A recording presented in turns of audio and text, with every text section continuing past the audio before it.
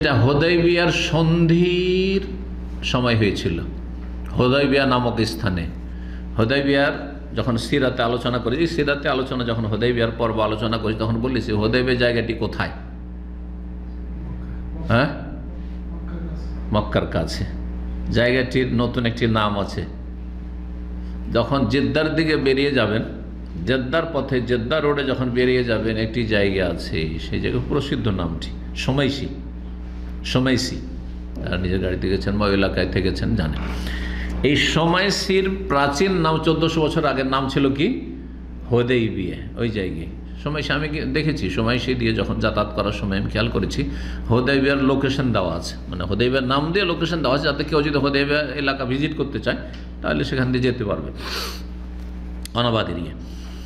তো এই হুদাইবিয়ায় নবী সাল্লাল্লাহু আলাইহি ওয়াসাল্লাম ছিলেন। সেখানে বেশ কয়েকবার পানির মর্যাদা, একবার না, কারণ এমন একটা জায়গায় থামতে হয়েছে, মক্কার কাফেররা বাধাগ্রস্ত করেছে, যে জায়গায় আশেপাশে পানি তেমন নেই।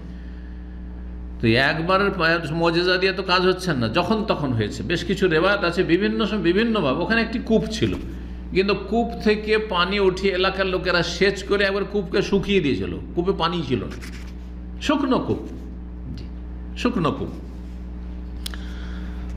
হুদাইবিয়ার ঘটনা কোন সালে ঘটেছিল?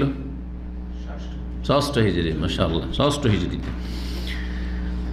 সেই কুয়ার কাছে নবী সাল্লাল্লাহু আলাইহি ওয়াসাল্লাম গেলেন। নবী সাল্লাল্লাহু সাথে তখন 1400 সাহাবা কেরাম ছিলেন। হুদাইবিয়ায় যারা ছিলেন তাদের সংখ্যা ছিল 1400 জন। পান করার পানি নেই, উজুর পানি নেই, গোসল তো দূরের কথা। পিপাস ওয়া খাফুল আতাশ, আশঙ্কা হলে যে পিপাসার তাড়ন নাই, আমরা মরে যাব, এই অবস্থা। রাসূলুল্লাহ সাল্লাল্লাহু আলাইহি ওয়াসাল্লামের কাছে এসে অভিযোগ করলেন সাহাবায়ে কেরাম, ইয়া রাসূলুল্লাহ, এখানে আমাদের থাকাটা তো মুশকিল, জান বাঁচবে না।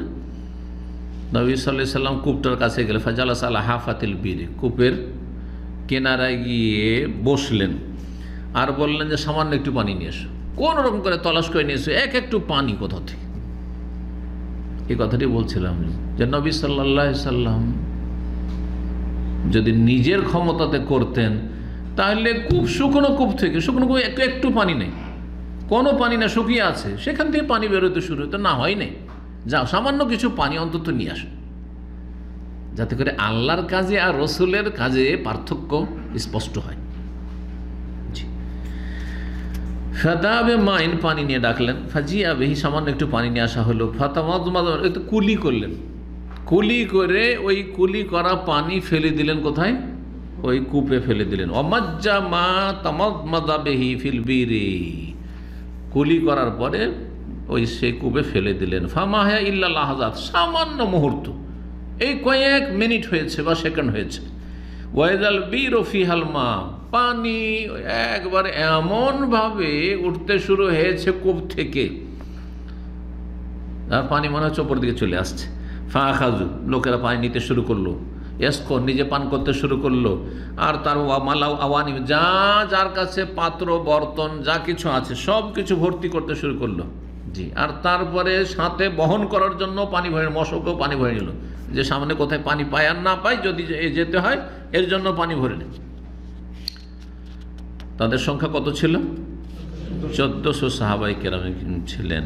এই সময় আল্লাহ নাযিল করেছেন লাকাদ রাদিয়াল্লাহু আনিল মুমিনিন, আল্লাহ ওই সব মুমিন মুসলিমদের উপর সন্তুষ্ট হয়ে রাজি হয়ে গেছে, সন্তুষ্ট হয়ে তাদেরকে পানির ব্যবস্থা দিয়েছে যেই সময় পিপাসার তাড়নে মরে যাওয়ার আশঙ্কা ছিল। ইদিও ভাই ওনাকে তাহাতা শাজারা, যখন আপনার সাথে বায়াত করেছিলেন তারা বায়াতে রিজওয়ান, সেই গাছের নিচে। ফাআলিমা মা ফি কুলুব, তাদের অন্তর অবস্থা আল্লাহ জানছিলেন। ফাআনজালাস সাকিনা, তালিম, তাদের উপর প্রশান্তি আল্লাহ নাযিল করেছেন। ওয়াসাম ফাতহান করিবা, এবং তাদেরকে আসন্ন বিজয় দান করেছেন। এক বিজয় হচ্ছে হুদাইবিয়ার বিজয় সন্ধির মাধ্যমে, আর তারপরে বিজয় হচ্ছে মক্কা বিজয় 8 হিজরি।